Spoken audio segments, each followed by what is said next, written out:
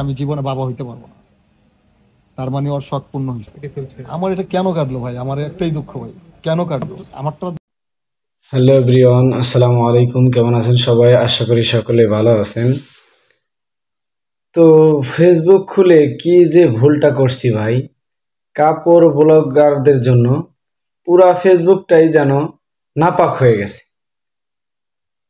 যদি ধোয়া যাইতো তাহলে ফেসবুক ইউটিউব গুলাকে আমি গুঁড়ো সার্ফ এক্সেল দিয়ে সুন্দর করে খসে ধুয়ে নিতাম।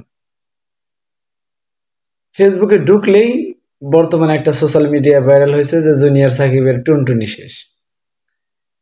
তো স্ত্রী আসলে ভাইরাল হওয়ার জন্যই এইটা করছে, নাকি মূলত কি কারণ ছিল? তো চলুন কথা না বাড়িয়ে আমরা সেটা জুনিয়র সাকিবের মুখ থেকে শুনে আসি।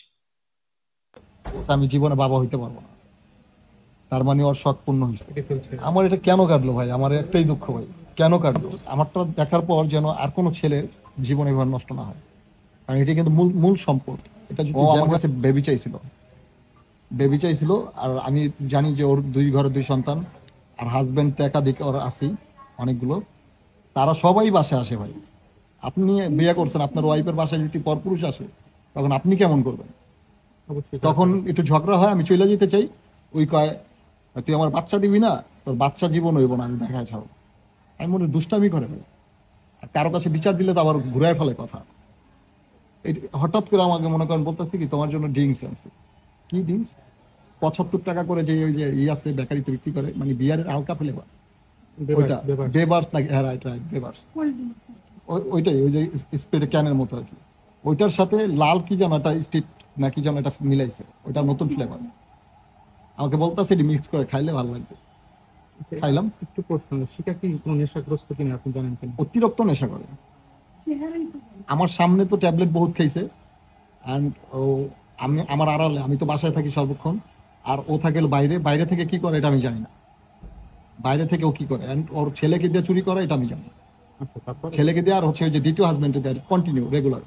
আপনি, আপনারা যদি চান ওর ফোনটা যদি ট্র্যাক করেন, করবেন না আমি জানি, কিন্তু যদি করেন তাহলে ওর দ্বিতীয় হাজবেন্ডের সাথে প্রতিদিন 4-5 বার 10 বার করে কথা হয়, এটা পাবেন কল লিস্টে। আচ্ছা, তারপর যে ড্রিঙ্কস এর সাথে মিলালো, তারপর? মিলানোর পরে আমাকে খাওয়াইছে। ও একটু জিবলা চেকা কয়, ভালো লাগে না, তুমি খাও। আমি কই, টাকার মাল যেহেতু আমি ঝালাই দিব, আচ্ছা খেয়ে ফেলি। খাওয়ার পরে মানে আমি টাকার মাল মনে করে খাইছি।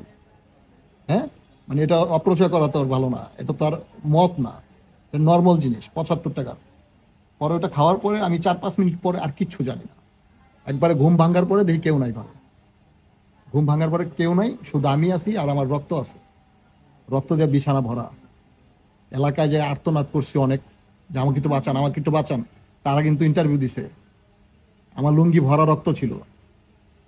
আমি গইরা পইরা যাই, শক্তি পেতাছি না, এমনি এমনি পইরা যাই। এখন যেরকম শক্তি পাই না, ওই সেম ছিলাম। তারপর হচ্ছে আমার ওই যে ওই নারায়ণগঞ্জের কিছু মিডিয়া কর্মী আসলো। আসার পর হসপিটালে বসে ভিডিও করে ওনারা ছাড়ছে, উদাম গাইছিলাম। ওইটাই মনে করতেছে যে আমি মনে হয় এই হাসপাতাল থেকে রিলিজ হয়েছি। কিন্তু না, ওইটা হচ্ছে নারায়ণগঞ্জের বন্দরের একটা ষোলোর সময় ছোট একটা হসপিটাল আর কি। মানে ওইখান থেকে তারা ঢাকা মেডিকেলে পাঠানো হয়েছে। জি, পুলিশে এসে আমাকে দিয়ে গেছে এখানে। মানে এখন সার্বিক কি পরিস্থিতি আপনার? এখানে আমি ট্রিটমেন্ট ভালো পাইছি, বাট 3 মাস পরে বলতে পারবো ভাইয়া কি হয়।